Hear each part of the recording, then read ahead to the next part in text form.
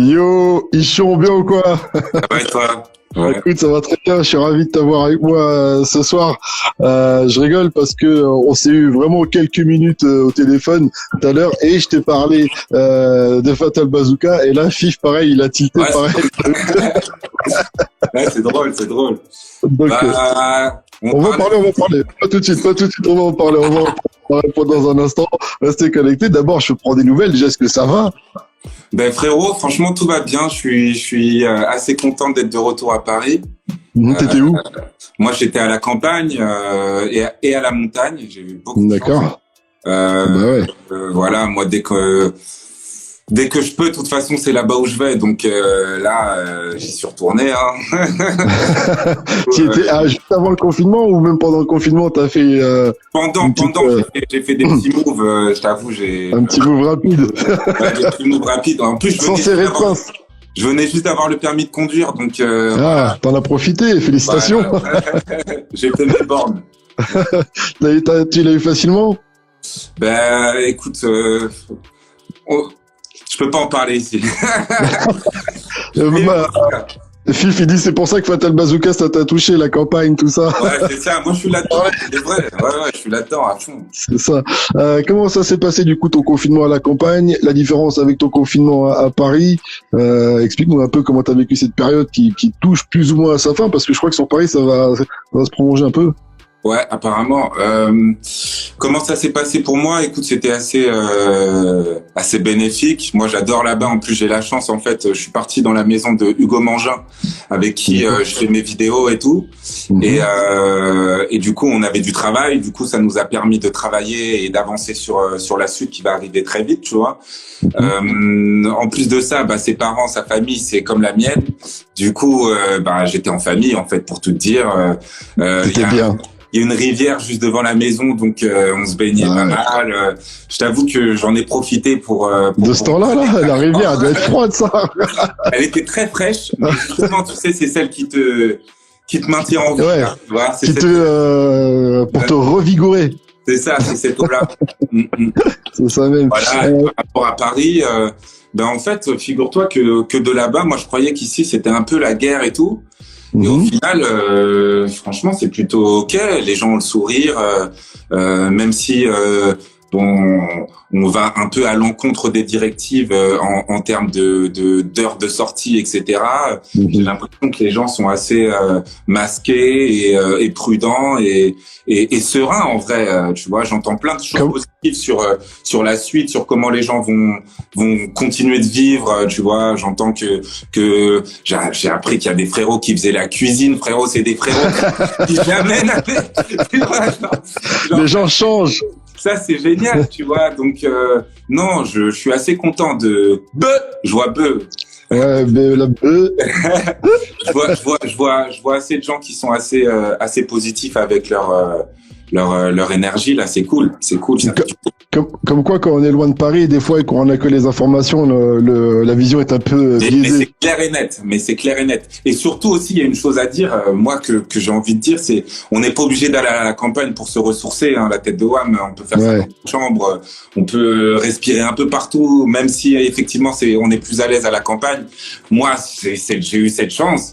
Mais il y a plein de fois où je suis enfermé à Paname. En vrai, je suis enfermé parce que je dois bosser. Et en vrai, je vais au bois de Vincennes, je vais au bois de Boulogne, je vais dans les, tu vois, genre en vrai, on a ce qu'il faut ici à Paris, en vrai. C'est ça la vérité. Ouais, clairement. Après, il y a des gens moi, tu vois, je suis sur mon petit balcon, j'ai la chance d'avoir un petit balcon. C'est pas grand chose, mais c'est déjà ça. Tu vois, il y en a, ils en ont pas du tout. Donc, chacun vit le truc comme il peut. Mais comme tu dis, on peut un peu sortir. Là, je crois qu'ils vont commencer à rouvrir les parcs. Ça va faire du bien aussi pour ceux qui ont des gamins, des enfants et tout ça.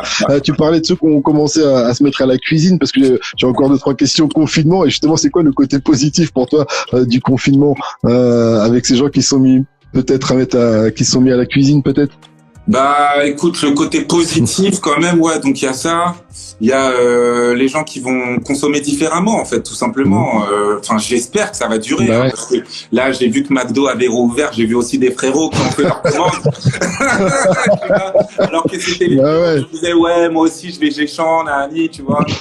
Et en vrai, bon, j'espère qu'il y aura pas mal de gens, de frères et de sœurs d'ailleurs, qui vont rester dans cette dynamique de rester sur soi, de rester chez soi, de pas trop se mélanger, parce que au final, tu vois, de trop se mélanger, on commence à perdre vraiment ce que nous on veut personnellement, tu vois. Donc je me dis que c'est un bien en fait de se retrouver seul et chez soi avec ce qu'on a et de faire avec, parce que je pense que c'est ça le but de la vie. Moi j'espère que ça peut être une leçon un peu pour tout le monde, hein, moi le premier, et qu'on va pouvoir changer. Mais je sais pas si t'as vu tu vois Gaël Faye, tu vois.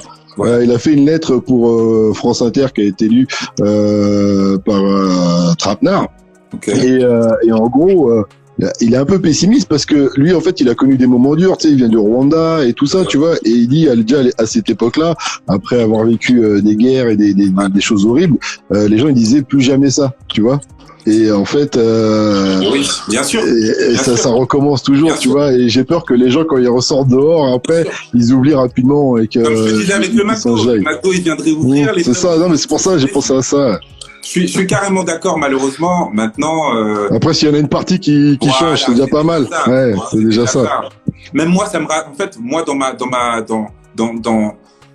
ma mise à l'écart, tu vois, en fait, ce fait-là m'a fait me rendre compte que j'étais pas tout seul. Putain, c'est marrant, tu sais quoi? Je suis tombé sur l'Instagram de 3010. Je sais pas si tu vois. Ouais, ben tout le monde m'en parle. Il a fait un long message et tout sur le pardon.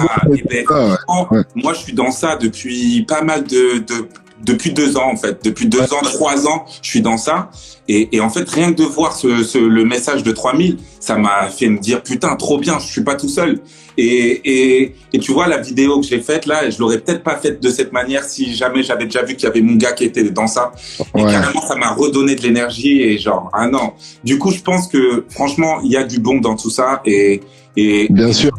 Les gens comme nous racontent l'histoire et ceux qui y pensaient seulement peut-être vont se le prendre et raconter la leur tu vois ce que je veux dire. C'est ça, non, carrément. Mais c'est un peu le paradoxe de tout ça. On est tous chez nous et puis en même temps il y a plein de gens, tout le monde cherche à se contacter, à s'agripper, à communiquer avec les gens, à créer. Il y a plein de choses qui sont faits plutôt positives. Et d'ailleurs, ce sera le sujet d'After Rap ce week-end dimanche là, puisqu'il y a pas beaucoup de sorties là. T'as vu, c'est ce qu'on disait avec FIF. Donc on fera sur toute cette période et tout ce que ça a pu engendrer.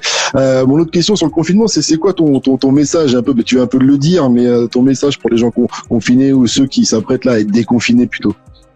Bah ouais, franchement, moi ce que je pense c'est que faut rester dans cette même dynamique. Franchement, c'est le plus important parce que si ça s'est arrivé, c'est pas pour rien. C'est aussi parce que en fait on consomme mal et j'appelle les frérots et les sœurs à mieux consommer, à juste en fait clairement. Si tu penses que ça c'est bien pour ton corps et que ça va t'amener là où il faut, bah vas-y. Maintenant. Après, on peut pas donner d'ordre. Comme j'ai une chanson, je ne suis qu'un homme. Je dis, j'ai aucun conseil à te donner. Moi, je donne aucun conseil. Juste moi, je pense que voilà, on peut mieux consommer. En fait, là, ça nous a montré que c'était possible. Voilà, tout simplement. Les gens ils sont là à courir tout le temps, à acheter des Nike, à acheter des trucs tout le temps, tous les jours, aller machin. Frère.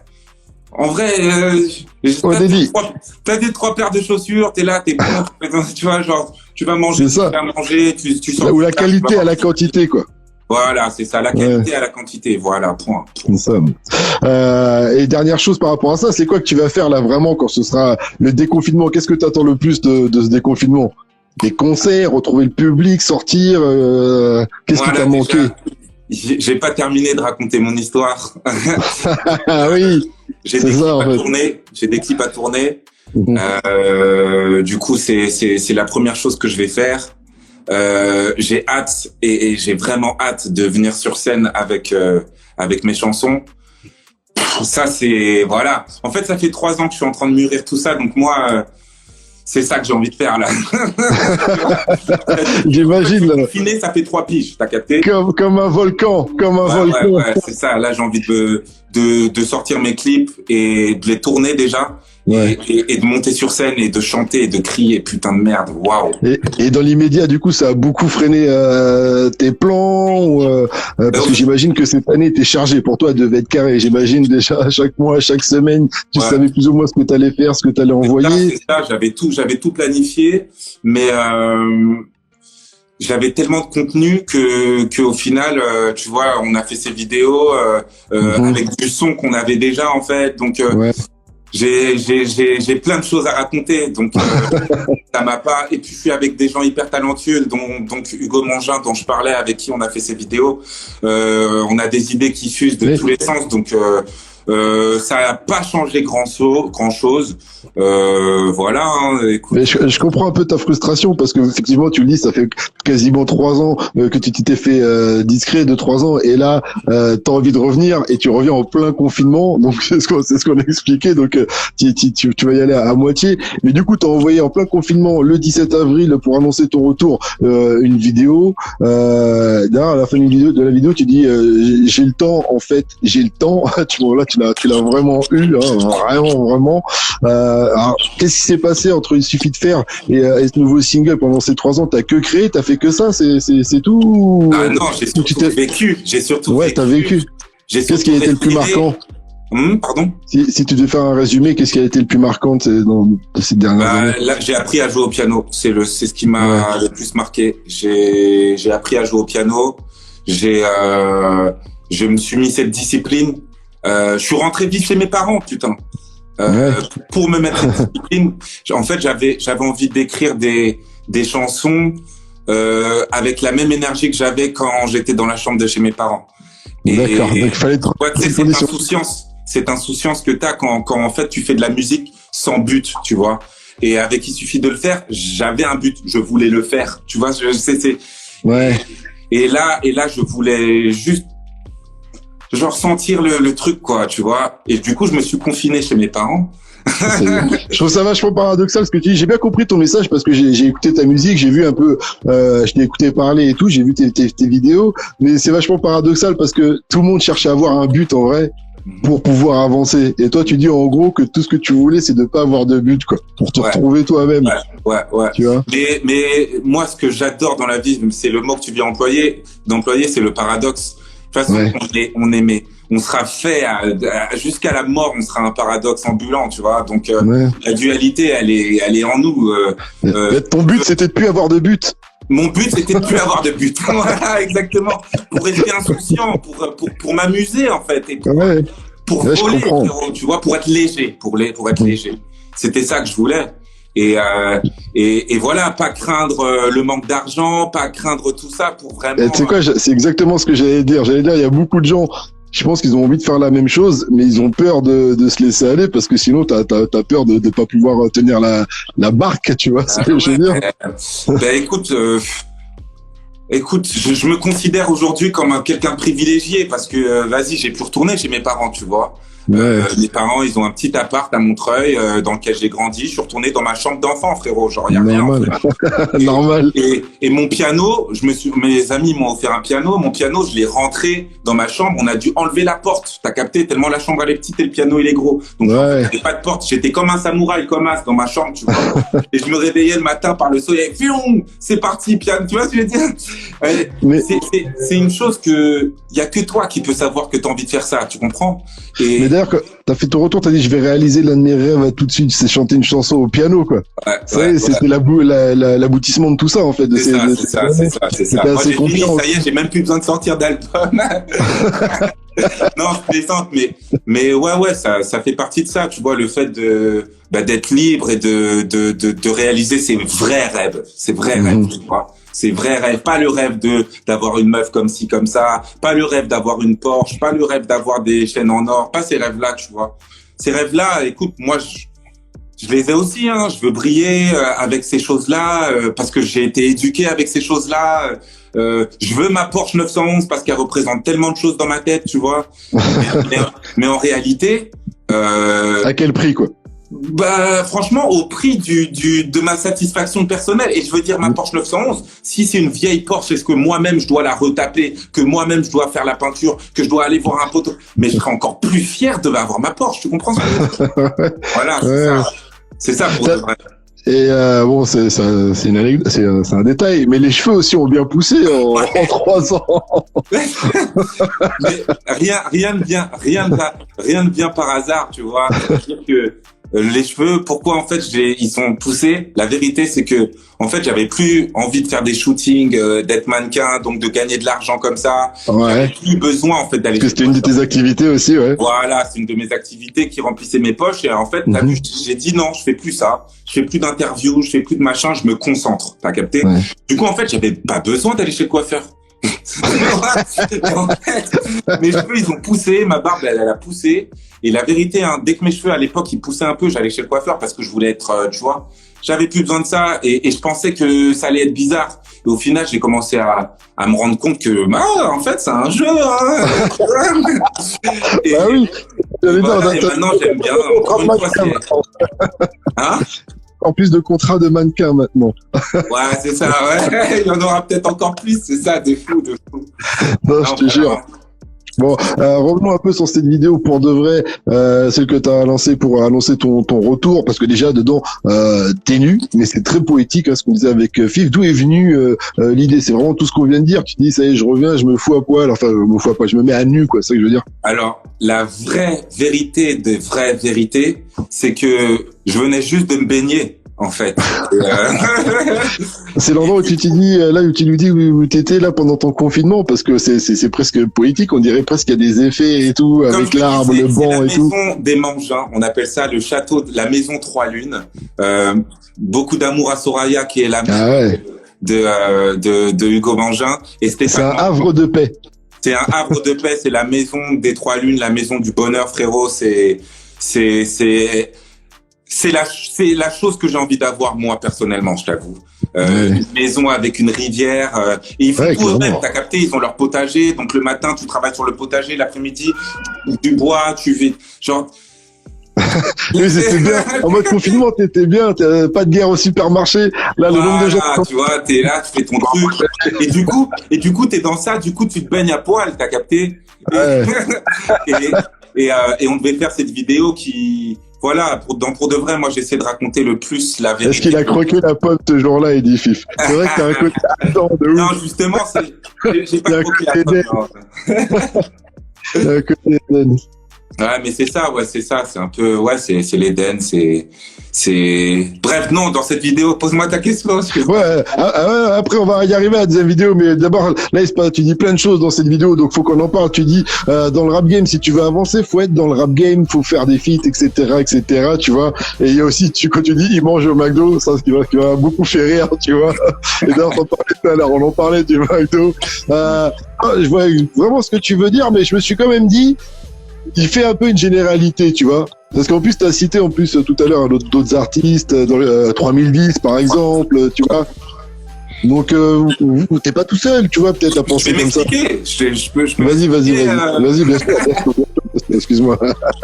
En fait, je fais une généralité que moi-même, je me suis faite à moi-même, en fait. Tu comprends? Moi-même, j'ai cru qu'il fallait être comme ça quand on était un rappeur. En fait, c'est à moi-même que je parle. Je parle pas aux autres rappeurs, en fait, tu vois. Ouais. Et en fait, ces autres rappeurs qui eux, peut-être, font ça, aiment Gucci, aiment manger au McDo. Mes frères, s'ils aiment ça, mais ils sont top, t'as capté? Carrément. Et la vérité, c'est qu'en fait, ils font la musique que eux, ils ont envie de faire. Tu vois ce que je veux dire? Juste moi, en fait, ça me fait pas du bien à moi, tu vois. J'entends bien. Et la vérité, j'écoute 13 blocs, j'écoute Hamza, j'écoute des bangers comme As, tu as capté? Mais moi, c'est pas la musique que j'ai envie de faire, en fait. Point. Et c'est pas l'image que j'ai envie de donner de moi-même. C'est pas comme ça que j'ai envie de vivre. Tu vois ce que je veux dire? Du coup, bien sûr. Je fais pas une généralité, c'est à moi-même que je me la fais, en fait. C'est à moi-même que... C'est toi un moment qui t'est fourvoyé, tu penses, voilà. Par rapport à toi-même, hein, je parle, bien sûr. Voilà, c'est ça. Je suis moi-même allé dans un truc... voilà, c'est peut-être que... avec moi-même, j'ai grandi avec ça, frère. Je mange au McDo. Je mange au McDo tous les jours, 3 fois par jour. Quand T'as capté? Matin, à midi, au goûter et le soir. T'as capté? Puis c'est même pas faut envoyer, c'est peut-être que plus jeune, t'étais plus sincère. Et qu'après, en fait, tu pars dans une voie et tu dis, mais en fait, ça me ressemble plus, tout simplement. Voilà, il y a peut-être de ça aussi. Est-ce qu'il y a des rappeurs, peut-être, qui t'ont dit, putain, tu vois, qui font un rap plutôt bling bling, Gucci et compagnie, qui t'ont dit, putain, frère, t'as dit tout ce que je pensais, j'en peux plus. La vérité, personne, je t'avoue qu'en plus, j'ai pas trop de potos rappeurs à part ma famille, tu vois. Non, mais ils auraient pu être touchés, tu vois, d'autres. Je les ai croisés de par le frérot, mais en vrai, de par size et tout, mais en vrai, on n'est pas trop en relation. 3010 pour le coup, mais pareil, il est pas dans, tu vois, avec qui j'ai parlé, mais j'ai pas eu de. Non, on a parlé par contre avec Romeo Elvis. Bah oui, tu parles de Romeo Elvis. Je parle de lui. Et pareil, lui m'a dit exactement ce que tu me disais, que je faisais une généralité et tout, et que lui ne se voyait pas dans ce truc-là, et il a raison en vrai. Mais voilà, encore une fois, moi j'ai mis Roméo dans ça pour parler de la musique, parce qu'encore une fois, j'ai pas fait beaucoup de feats dans ma Yves. Bien sûr. Avec lui, par chance, et merci de ouf en réalité, tu vois. Et juste pour dire que ouais, la musique qu'on a fait à ce moment-là, en vrai, c'est pas celle que j'ai vraiment envie de faire, mais plutôt celle qui pouvait m'aider à avancer en fait dans un milieu. Ouais, je n'ai pas senti méchant, même quand si tu dis que finalement tu regrettes un peu ce feat, c'est pas ce que tu dis, mais c'est pas ce que tu dis, ce que tu viens de dire l'inverse. Mais en gros, pour ceux qui n'ont pas vu cette vidéo, en gros dedans, tu dis que ça te saoule le rap game des fois, que tu es obligé de faire des choses que t'as pas spécialement envie de faire. Que quand t'as un feat avec Romo Elvis, tu dis forcément je vais y aller, alors que t'es peut-être pas spécialement intéressé de base, et après tu t'y retrouves, tu le fais, mais bon, t'aurais pu t'en passer quelque part, et on sent que c'est pas méchant, mais t'expliques la situation. Je suis sûr que plein de rappeurs ont vécu exactement la même chose, et d'ailleurs après t'as toujours des histoires incroyables, parce qu'au final les mecs ils se sont pas donnés à fond, ils voulaient pas, c'est pour ça qu'il y a toujours des histoires en vrai, parce qu'il y a des mecs qui ont été en traînant les pattes, j'imagine, tu vois. C'est à peu près ça. La vérité c'est qu'en plus en vrai, je tiens vraiment à le dire, c'est que en plus, du coup, j'ai rencontré Romeo Elvis et c'est une bête de personne.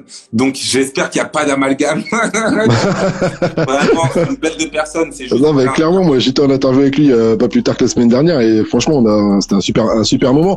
Mais on sent que c'est pas par rapport à. Et en plus, il y a un côté aussi. Tu dis que t'as pas fait 100 000 feats, mais tu sais, le truc s'appelle pour de vrai, tu vois. Il y a ce côté où quand tu parles d'un truc, les gens, ils vont dire, mais vas-y, c'est déblase alors, tu vois. Et que toi, tu t'es dit, avant qu'on te le dise, pour pas, tu vois, tu t'es dit, bon, je vais aller au bout de mon concept pour de vrai et je vais parler sincèrement et pas de mensonge, quoi, tu vois. Donc, ce soit vraiment enfin, moi, c'est comme ça que je l'ai perçu.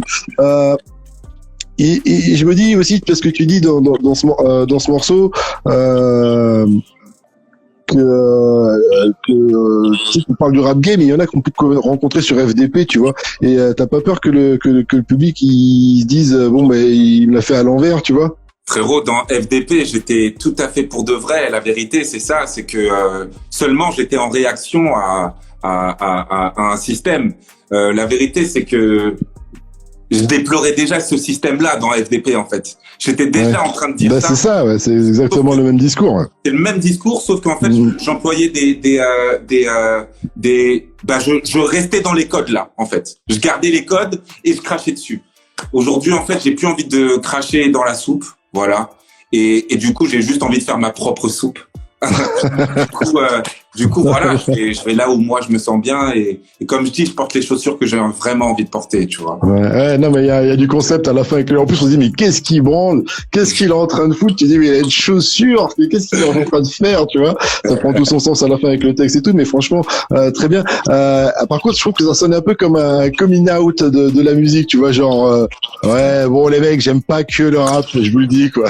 J'aime le rap, mais pas que. Je suis trop content parce que, alors, une fois que j'ai posté cette vidéo, j'ai carrément, enfin, je sais pas si je peux, j'ai failli faire une blague et faire une vidéo derrière en disant que j'étais gay, tu vois. Faire comme si c'était un coming out et tout. Mais ouais, je le sens complètement comme un coming out dans le sens où je me lâche et je raconte exactement ce que je ressens et que en fait ouais, j'aime pas que le rap. Voilà, Ouais. comme un gay dirait je n'aime pas que les femmes. Voilà, live. C'est très bien en fait, genre. Non, mais on sent ce côté-là, mais je voulais être sûr, je suis content que tu me confirmes.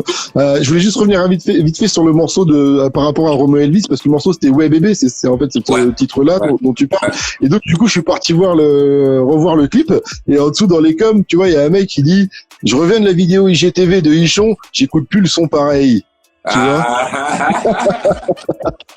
tu vois, ça peut changer la perception du public aussi, hein. Bah écoute, j'ai envie de dire tant mieux.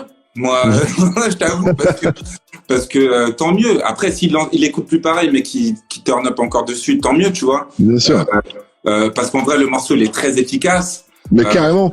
Mais la vérité, moi, tu sais, ça me fait penser au cinéma quand on dit, par exemple, dans Dirty Dancing, ils s'entendaient pas du tout, tu vois. Ah ouais. Non, mais tu crois qu'ils s'entendent bien, les acteurs ou quoi, et en fait, ils s'entendent pas du tout, quoi. Passons à la deuxième vidéo aussi avant de parler de Passe le message, ton dernier single. La deuxième vidéo, pour de vrai, parce que c'est ce qu'on disait tout à l'heure avec Fif, il y a un parallèle, une allégorie du rap game, j'ai l'impression, avec le scénario de Fatal Bazooka que tu racontes. Donc, ce que je disais à Fif, moi, j'ai pas capté si c'était premier degré ou pas. C'est ce que je te disais aussi tout à l'heure au téléphone. Tu m'as dit, t'inquiète, je sais ce que je vais te répondre. Je t'écoute. Alors, là, je vais dire un truc qui t'a passé pour un fou. En fait, c'est du 3e degré. Du 3e degré dans le sens où, en fait, moi, je suis sincère dans ce que je dis, mais je joue quand même avec le fait que c'est drôle et du coup, je joue à fond le rôle et du coup, je suis pour de vrai, c'est du 3e degré. Moi, ce film, en effet, j'ai vraiment pleuré devant, tu vois. Parce que en fait, déjà, comme je dis dedans, je pleure très facilement devant les films, tu vois. Ouais. Vraiment. Maintenant, il m'a ému en fait. Je me suis vu dans le gars en fait. Ouais. En fait, je vois un rappeur qui jouait le rôle du rappeur. Avec des chaînes, à insulter tout le monde, avec des meufs, il faisait des clips dégueulasses et tout, tu vois. Et en fait, il se fait clasher, et du coup, il est là, il est solo, tu vois, il est en vicose comme as. Frère, c'est hyper touchant, en fait, tu vois. Le mec doit lui, en fait... la queue entre les jambes, avec ses moutons, etc., tu vois. Il est prêt à arrêter le rap, il est prêt à tout, tu vois. Il dit, vas-y, fuck, moi, je vais élever mes moutons comme mes parents, c'est ça. Et il se sent bien dedans. Putain, c'est génial, tu vois. Non, mais...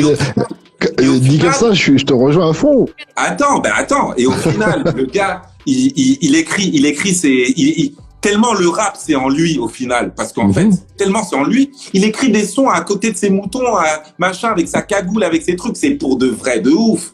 C'est exactement ce que je te raconte, en fait. Mais oui. Et du coup, gars, frère, derrière, en plus, il sort le son. Et les gens, ils se le prennent à mort. Ça devient le... Non, mais c'est ce que t'expliques, mais c'est que malgré tout, Fatal Bazooka, ça avait une certaine image, tu vois. Et en plus, c'est ce que disait la fille, c'est que, tu vois, bon, j'ai pas trouvé d'autres mots, mais j'ai dit que dans un rap, pas spé, mais voilà, si j'ai dit spé, mais tu vois, je voulais dire un peu technique, peut-être pas forcément grand public, tu vois, en tout cas à l'opposé de ce que pouvait projeter comme image Fatal Bazooka, tu vois ce que je veux dire. Donc, tu voyais pas en fin de Fatal, et même, tu sais, nous à l'époque, ça sortait Fatal Bazooka, on se dit bon, même s'il y a Teufa et tout, et que c'est très bien produit, très bien réalisé, à un moment tu dis c'est pas sérieux pour l'image du rap, tu vois, ça ramène un peu à ce côté yo-yo, tu vois. Yo, tu vois. Alors, complètement, je suis carrément d'accord. Je te dis pas là aujourd'hui que j'écoute Fatal Bazooka, par contre. Ouais, bien sûr. C'est pas ça que je suis en train de te dire. Je suis en train de te parler de l'histoire du cum. Non, du film, oui, de son histoire, ouais, bien sûr. Ouais.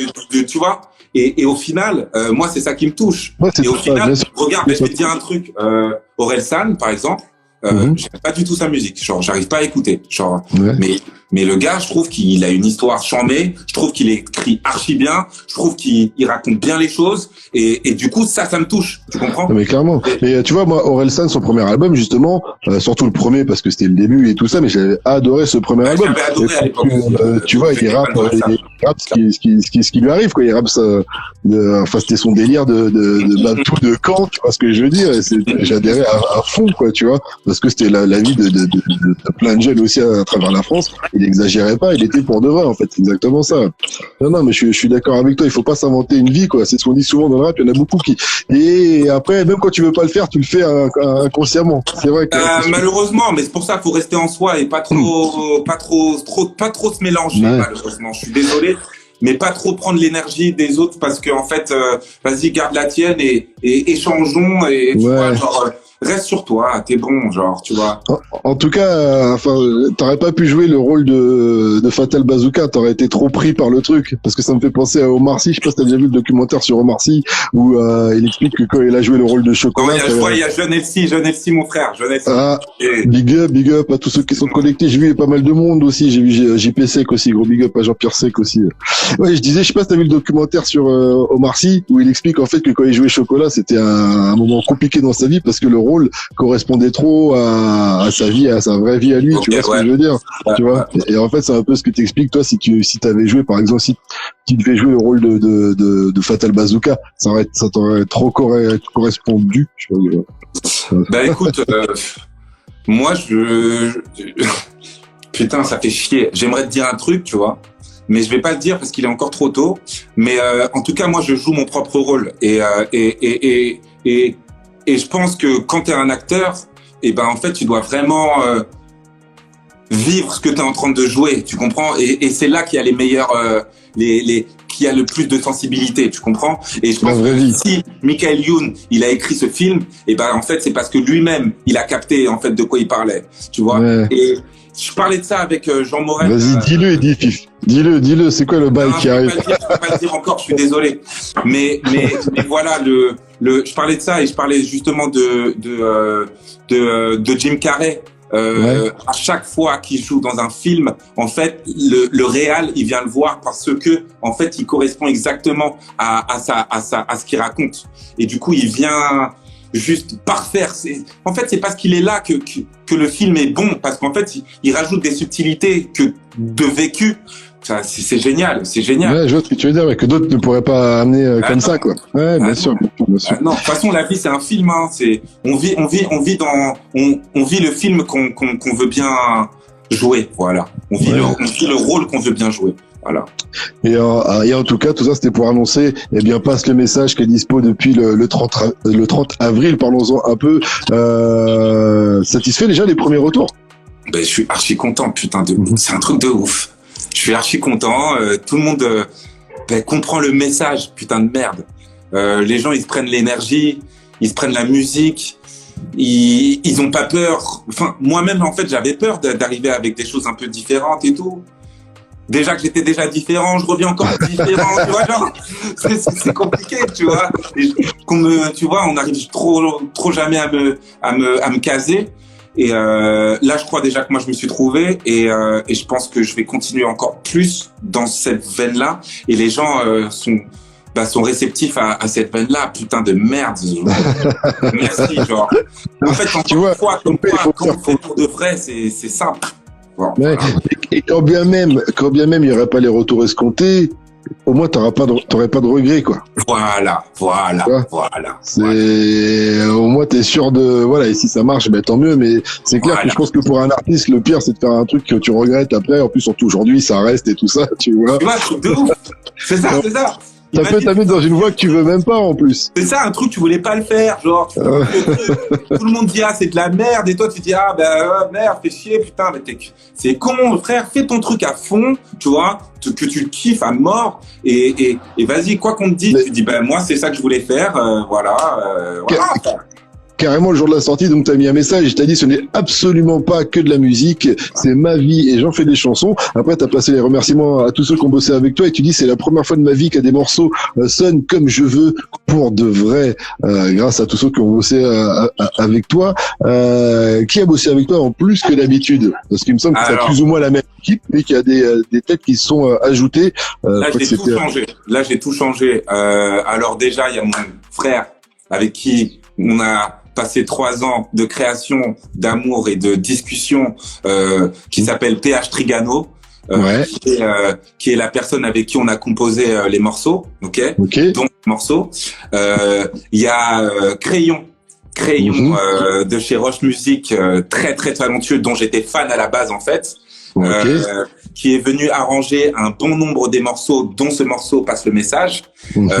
Il a ramené un côté, voilà, Crayon, enfoiré, merci. Et à côté de ça, j'ai deux autres champions, putain de merde. Il y a au mix Fred 2C, putain de merde, un champion, Fred Puissance, trop fort, qui fait sonner ça, qui rend ça, on dirait de l'eau. Frère, je fais tous les enregistrements avec lui, c'est ma voix, oh là là, laisse tomber, frère, ça rentre dans des machins, c'est la magie. Et derrière ça, t'as un gars qu'on appelle le commandant Palo, Adrien Palo. Pareil, lui aussi qui a d'ailleurs son projet artistique. Voilà, Adrien Payot qui fait les masters et qui nous aide aussi à arranger la musique. Avec lui, pareil, on rentre dans une soucoupe. Laisse tomber. Et donc j'avais besoin d'un nouvel entourage. T'avais besoin d'un nouvel entourage.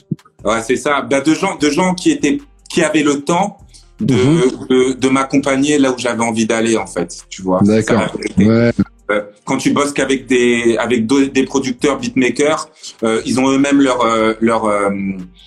façon de faire et eux-mêmes leur énergie d'aller vite et de sortir. Bien sûr.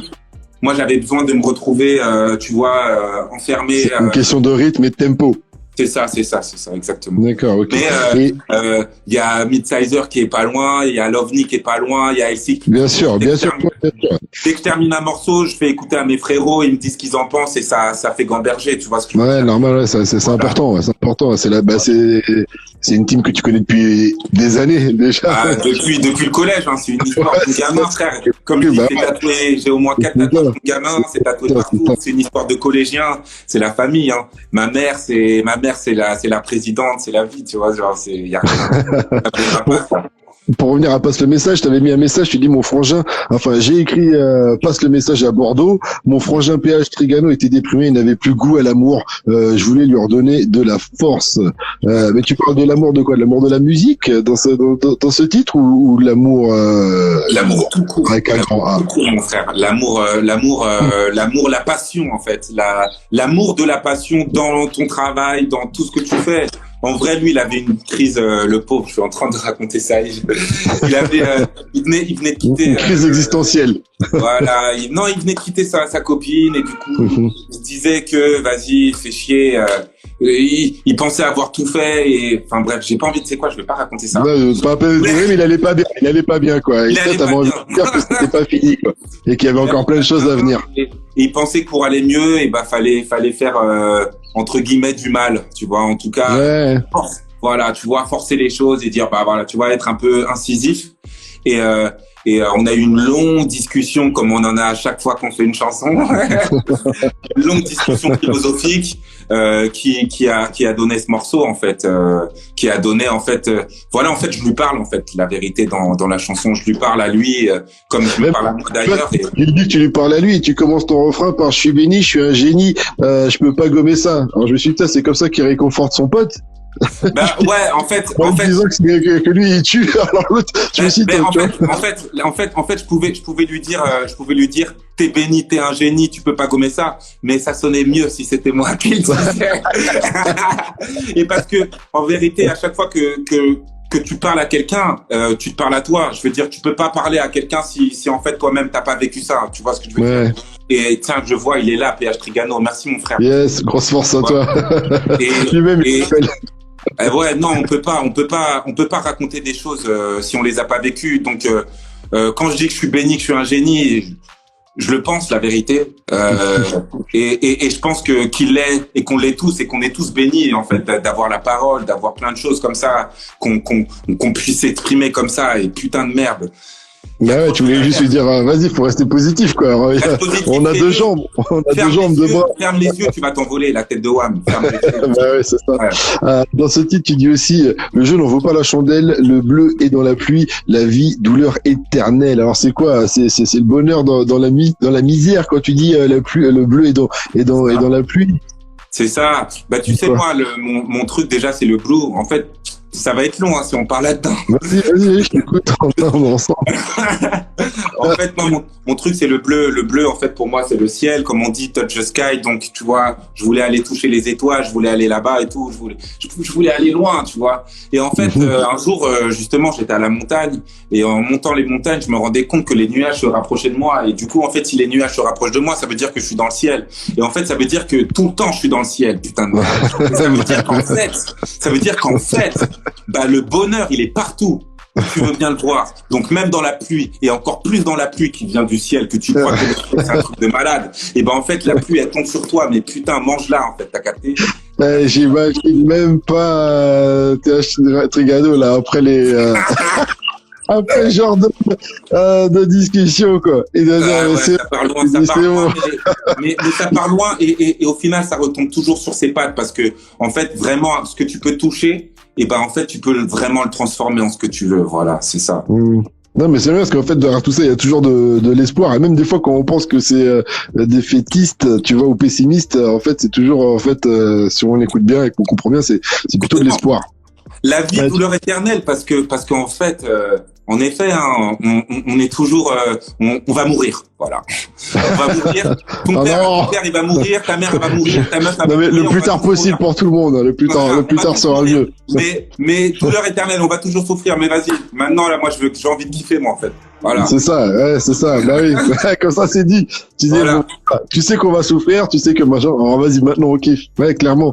Et dans ce titre, tu dis aussi de tous ces oseilles boy, qu'est-ce que j'en ferai? Dieu seul le sait. Personne ne sait. Il n'y a pas de secret. Nous sommes Dieu. Alors qu'est-ce que tu veux dire par tout ça?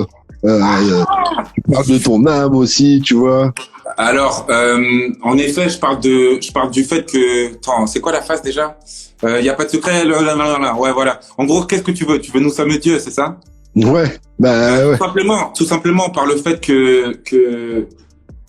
qu'en fait, on peut tout faire, en fait. On peut mettre au monde, tu vois. On peut tuer, malheureusement, tu vois. À partir de là, en fait, on peut tout faire. Moi, je peux faire pousser des pommes de terre. On faisait pousser des pommes de terre, on faisait pousser des oignons. On peut faire à manger, frérot. T'as capté? En fait, Dieu, il est en nous, tu vois. Et c'est pour ça que je pense que nous sommes Dieu. La vérité, je suis même pas croyant, tu comprends? Ouais. Voilà. Non, mais je comprends la forme spirituelle. Ouais, non, mais je comprends la forme spirituelle de ce que tu dis, mais je voulais que tu l'expliques parce qu'il y en a qui pourraient avoir des problèmes d'interprétation, des problèmes. Non, franchement, je pense que j'ai assez bien écrit cette part. Dans le sens où je le crois encore, tu vois. Et je pense vraiment que nous sommes Dieu dans le sens où on peut créer ce qu'on veut. Voilà. C'est ça que je veux dire par là. J'ai pas envie de profaner les choses, les gens qui sont croyants et tout. Ne criez pas au blasphème. Ne criez pas. Voilà, je voulais pas, voilà, tu vois. Mais je pense sincèrement qu'en fait on a la puissance en nous. Voilà, c'est ça que j'en pense. Ouais, mais clairement, c'est spirituel, toujours avec c'est toujours spirituel avec Quichon. J'ai remarqué de toute façon. Tu parles parce que justement, en parlant de spiritualité, tu parles de ton âme aussi. Et est-ce que tu crois que le succès peut la pervertir du coup? On dirait que tu dis bon, si je marche, c'est pas le succès, c'est pas le succès qui peut la pervertir. C'est la mauvaise route que tu vas avoir pour atteindre le succès qui va pervertir ton âme. Tu comprends? C'est pas le succès. Le succès, c'est génial. C'est trop bien. Le succès, c'est juste réussir, en fait. C'est juste, moi, j'ai du succès quand je termine une rime. T'as capté? J'ai du succès quand je suis là, tu vois. Oui, mais quand on parle du succès, le succès quand t'es connu, reconnu, le succès. C'est pas ça qui fait du mal. C'est pas ça qui fait du mal. C'est toi qui te fais du mal à toi-même tout seul en te disant, c'est bon, j'ai fini, ou en me disant, ou en baissant les bras, en me disant, c'est bon, je suis bon là, vas-y, j'ai plus besoin de continuer le but, l'objectif de vie ou voilà, tu vois. J'ai plus besoin d'être assidu, tu vois. Et la vérité, non, quand j'écrivais cette chanson, quand je disais que je veux garder mon âme, je sais plus quoi d'ailleurs. Je dis ça dans le sens où, en fait, encore une fois, quand je gagnais mon argent à faire le mannequin, par exemple, tu vois, en fait, je me nourrissais pas, tu vois, et je nourrissais des marques qui n'étaient pas pour moi bonne pour Ouais, bien sûr. planète, tu vois, pour les gens, pour la nourriture, Pour l'humanité, pour le futur. pour l'humanité, tu vois. Et juste, en fait, voilà, moi, j'ai plus envie de faire ça, voilà. J'ai envie de faire que des choses qui soient bénéfiques, voilà, pour tout le monde, pour moi-même, et du coup, pour mon petit frère, pour ma mère, pour ma meuf, pour mes voisins. C'est carrément louable, et surtout que c'est plus difficile. C'est pas le chemin le plus facile, en vrai. Non. C'est vrai, plus si tu veux difficile parce que t'es souvent seul là-dedans, tu vois. Pour toi, ce serait beaucoup plus simple, en fait, aujourd'hui, d'essayer de faire des gros bangers. Tu connais les gens qui peuvent te faire les grosses prods à bangers. T'as la plume pour faire des bangers. Si t'as envie de le faire, tu peux le faire et tu peux facilement rentrer dans les codes. Mais en vrai, c'est pas ce que t'as envie. C'est pas ce que j'ai envie. Ouais. Moi, si je rentre dans les codes, frérot, en fait, je deviens le code. Et du coup, je fais tout comme il faut pour être ce gars-là, tu comprends? Et c'est là que je me suis perdu, tu comprends? C'est exactement là. Là, tu mets le doigt dessus. C'est là où je me suis perdu. C'est en voulant jouer les codes, et j'ai voulu être vraiment la personne là. Du coup, je prenais de la drogue, je sortais tard, je voyais plein de meufs, j'étais perdu, j'étais plus, tu comprends? Et voilà, point, je me faisais du mal encore. Je comprends. En plus, c'était pas toi, et en plus, non seulement tu te faisais du mal, et en plus, physiquement et spirituellement, en fait, C'est ça. Est-ce qu'il y aura un clip, en fait, pour ce morceau? Trop bien. Écoute, on a pris la décision tout à l'heure de ne pas en faire. Ah bon? Voilà. En fait, j'ai sorti le single parce que parce qu'il y avait le confinement. En fait, le jour où le single est sorti, devait sortir le clip. Tu captes? D'accord, ok. C'est un clip trop bien et tout. Vas-y, laisse tomber. Tu sais, je cherchais, je me suis dit, mais c'est moi qui suis fou ou pas? Il l'a peut-être sorti, je cherchais, je ne trouvais pas, tu vois. Ça devait sortir, mais à cause du confinement, on l'a pas sorti. Et là, vas-y, comme on va être déconfiné là, et qu'en fait, c'est avec une équipe qui s'appelle Bleu Nuit, merci, qu'on va faire ce clip, et ils sont en Belgique en fait. Et du coup, ça va être un peu retardé les mouvements et tout, tu vois. Donc c'est pas grave, on va arriver plus tôt avec autre chose. D'accord. Et du coup, ce sera le Lost Clip. Tu le sortiras dans 10 ans plus tard, on le retrouvera sous une autre formule. Je pense que je vais utiliser le concept qu'on avait trouvé autre part. Dans de la scéno, dans un spectacle, tu vois, des choses comme ça. Parce que moi, ce que j'ai envie aujourd'hui avec Pour de Vrai, c'est que tout soit palpable. Voilà. Quand je chante ma chanson, voilà, c'était ça mon rêve, comme je disais, c'est que je chantais ma chanson au piano, voilà. En fait, je viens avec mon piano, je me pose, je chante ma chanson. Et quand je fais un clip, je viens devant toi, et il se passe le clip, t'as capté? Ouais. Voilà. Hâte de te retrouver en concert, alors, hein. Vivement le déconfinement, que les choses reviennent à la normale, tu vois, ça sera stylé. Ce dernier morceau, au final, il reste très, très sensuel. Tu vois? Ouais, ok, trop bien. Non, il y a une forme de sensualité, on est d'accord, non? Ou c'est moi moi j'ai envie de dire que la sensualité, elle est partout, hein, je t'avoue. Après, moi j'adore. Des fois, dans un FDP, tu vois, ou même dans un maintenant. Dans un maintenant que j'adore aussi, tu vois, il n'y a pas cette sensualité-là, tu vois. Ok. Écoute, moi, j'adore les femmes, frère. J'aime les femmes, j'aime l'amour, j'aime la peau, j'aime la peau, putain de merde. J'aime caresser des peaux, j'aime faire des câlins, avec mes copines, mes amis, mais tout, tu vois, mes frérots, même avec mes frérots, on se serre fort. J'aime le rapprochement. Des hugs, des gros checks. Voilà, et vas-y, du coup, niveau amour, je t'avoue que j'ai beaucoup cherché l'amour, ouais, énormément. Et depuis que je suis petit, et peut-être pour combler un manque d'ailleurs, tu vois, mon blaze Yannichon, il est venu, en fait, quand j'étais au collège, en 6e, avec ma bande de potes. Précoce. Après, laisse tomber. Ça va être trop long, t'as capté, si on va dans tous les détails. Mais avec ta bande de potes. Avec ma bande de potes du collège, on allait au self comme ça, et on allait draguer les nouvelles meufs qui venaient d'arriver, parce que nous on était déjà là au primaire. On va draguer une petite bande de potes comme ça, une petite bande de meufs. Sabrina Kalfa, Maya Kwaya. Et voilà, avec Gauthier et Anthony Carlon, voilà, comme as. Et du coup, c'est Sabrina Kalfa qui m'a donné ce blaze. Donc en fait, on allait manger des il y avait le menu Ultrari du sel, tu vois. Il le dit pas trop. Il y avait des merguez, des melons. Il y avait des merguez, des melons et tout. Et je dis aux meufs, ah, les filles, vous avez vu, il y a des melons, des merguez, on mange des melons et tout, trop bien, melons, nana, des nichons, ha ha ha. Après, après la meuf, elle dit, ah ouais, cool. Et tu t'appelles comment? Je dis, je m'appelle Yann. Je dis, ah, Yann, ok, bah, Yann Nichon, alors. Voilà. Et ça y est, boum. Si elle avait su chier, elle va te demander des royalties. Trop fort, trop fort. Voilà. Merci, en tout cas, Ichon, de m'avoir accordé ces quelques minutes. Écoute, j'espère te revoir très prochainement à la radio. En tout cas, je pense qu'on va se capter avant la fin de l'année 2020, parce que je pense que le projet, voilà, il va arriver. Tu l'as dit, t'es chaud. Il y a plein de choses qui vont arriver. Ça va se déconfiner doucement, mais sûrement. C'est ça. Voilà, c'est ce qu'on peut dire, tout simplement. Et le deuxième express, ça ne devrait pas tarder. Si j'ai bien compris, si j'ai bien lu entre les lignes. T'as bien lu entre les lignes, ça va pas trop tarder. Maintenant, voilà, hein, comme c'est avec ce déconfinement là qu'il va falloir jouer et voilà, on va donner l'amour à mort. Merci beaucoup, genre merci à tout le monde. Merci Morgane, je te vois. Merci, genre. Yes. Merci. Il y a quelqu'un qui dit t'étais à deux doigts de t'appeler Yann Delon.